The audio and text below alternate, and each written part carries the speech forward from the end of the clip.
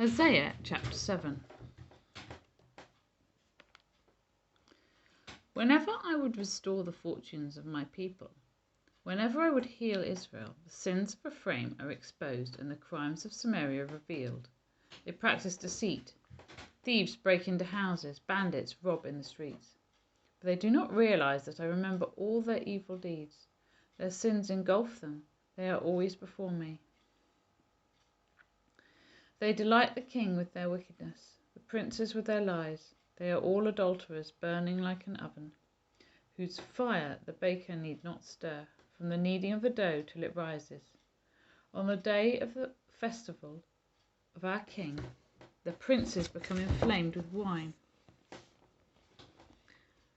and he joins hands with the mockers.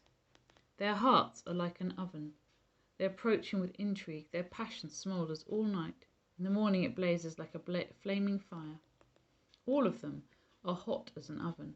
They devour their rulers. All their kings fall, and none of them calls on me. Ephraim mixes with the nations. Ephraim is a flat loaf not turned over. Foreigners sap his strength, but he does not realize it. His hair is sprinkled with grey, but he does not notice. Israel's ignorance testifies against him, but despite all this he does not return to the Lord his God or search for him. Ephraim is like a dove, easily deceived and senseless, now calling to Egypt, now turning to Assyria. When they go, I will throw my net over them. I will put them down like the birds in the sky, and when I hear them flocking together, I will catch them. Woe to them, because they have strayed from me. Destruction to them, because they have rebelled against me. I long to redeem them, but they speak about me falsely. They do not cry out to me from their hearts, but wail on their beds. They slash themselves, appealing to their gods for grain and new wine, but they turn away from me.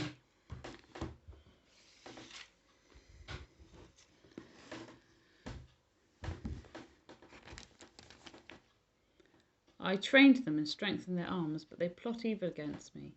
They do not turn to the Most High. They are like a faulty bow. Their leaders will fall by the sword because of their insolent words. For this they will be ridiculed in the land of Egypt. Chapter 8. Put the trumpet to your lips. An eagle is spread over the house of the Lord, because the people have broken my covenant and rebelled against my law.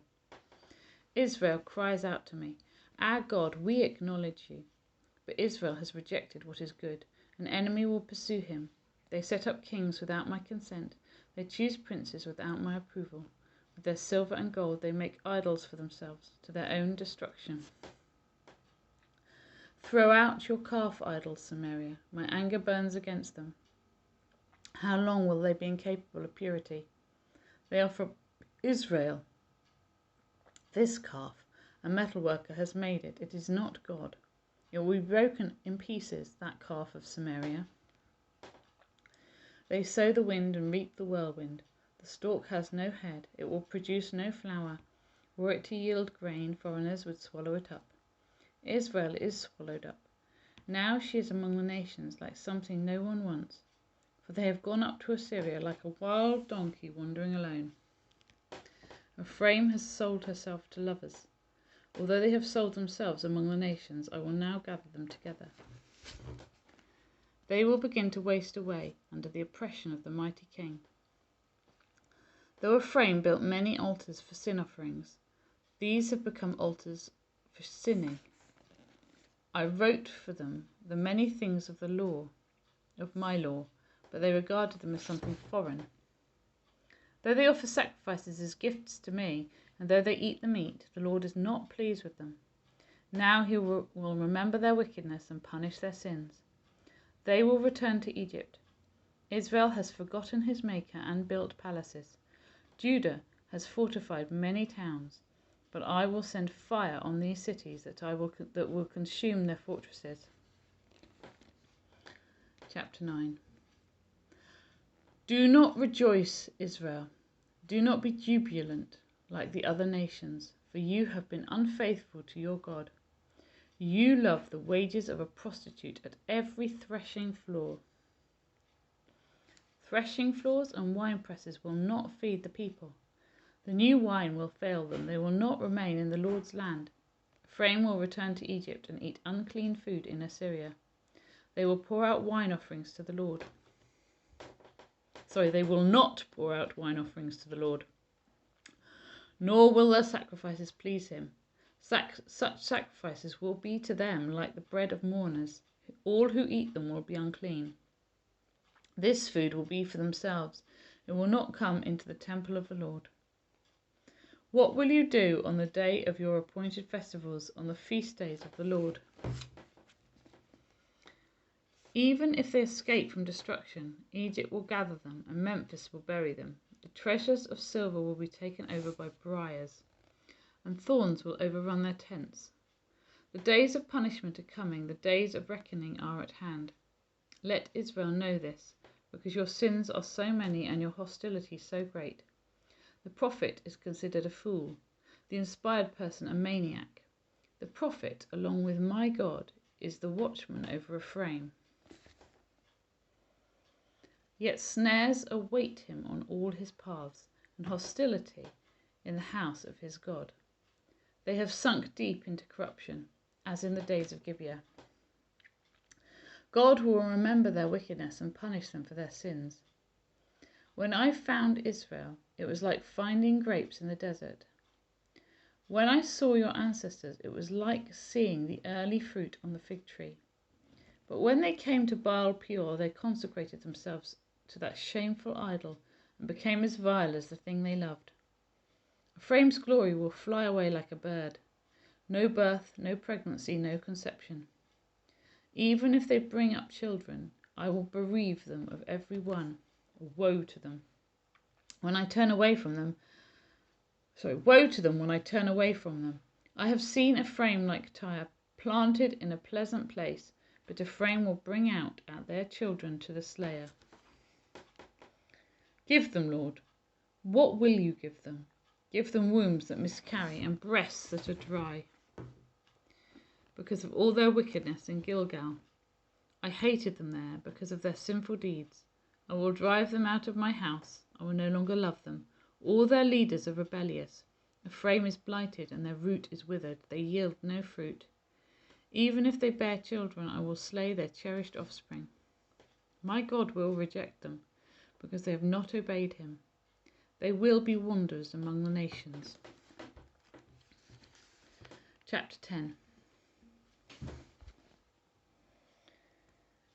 Israel was a spreading vine. He brought forth fruit for himself. As his fruit increased, he built more altars. As his land prospered, he adorned his sacred stones. Their heart is deceitful, and now they must bear their guilt. The Lord will demolish their altars and destroy their sacred stones. But then they will say, we have no king, because we did not revere the Lord. But even if we had a king, what could he do for us? They make many promises, take false oaths, and make agreements. Therefore lawsuits spring up like poisonous weeds in a ploughed field. The people who live in Samaria fear for the calf idol of Beth-aven. Its people will mourn over it, and so will its idolatrous priests. Those who had rejoiced over its splendor, because it is taken from them into exile.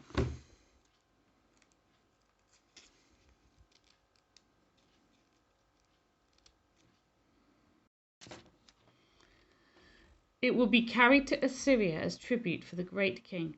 Ephraim will be disgraced. Israel will be ashamed of its foreign alliances. Samaria's king will be destroyed, swept away like a twig on the surface of the waters. The high places of wickedness will be destroyed.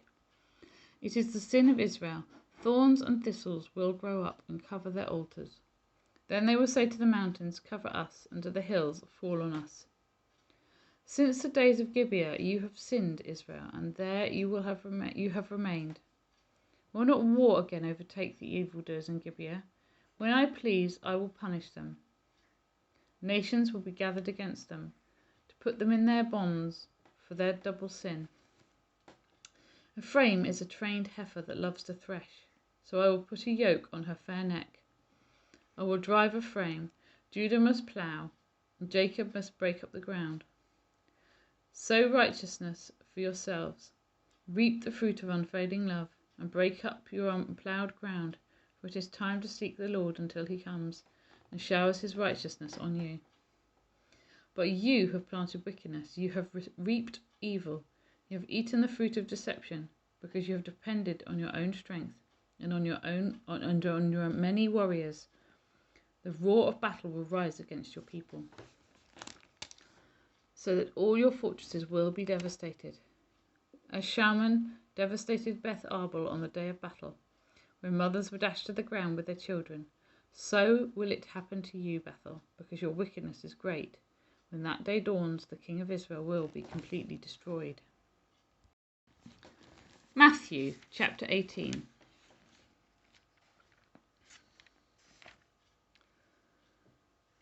At that time, the disciples came to Jesus and asked, "Who then is the greatest in the kingdom of heaven?" He called a little child to him and placed the child among them, and he said, "Truly I tell you, unless you change and become like the little children, you will never enter the kingdom of heaven. Therefore, whoever takes the lowly position of this child is the greatest in the kingdom of heaven, and whoever welcomes one such child in my name welcomes me.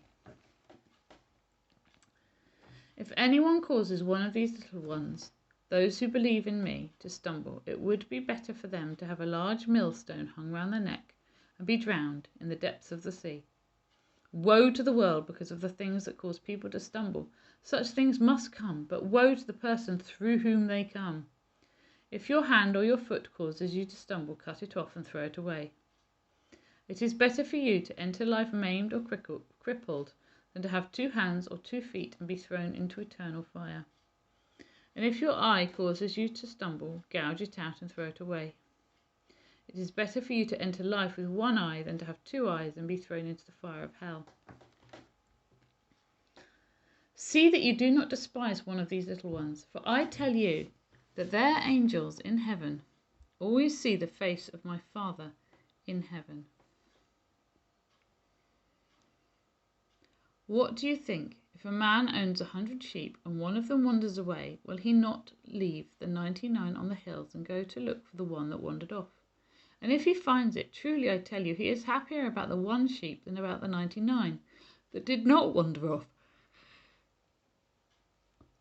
In the same way, your Father in heaven is not willing that any of these little ones should perish.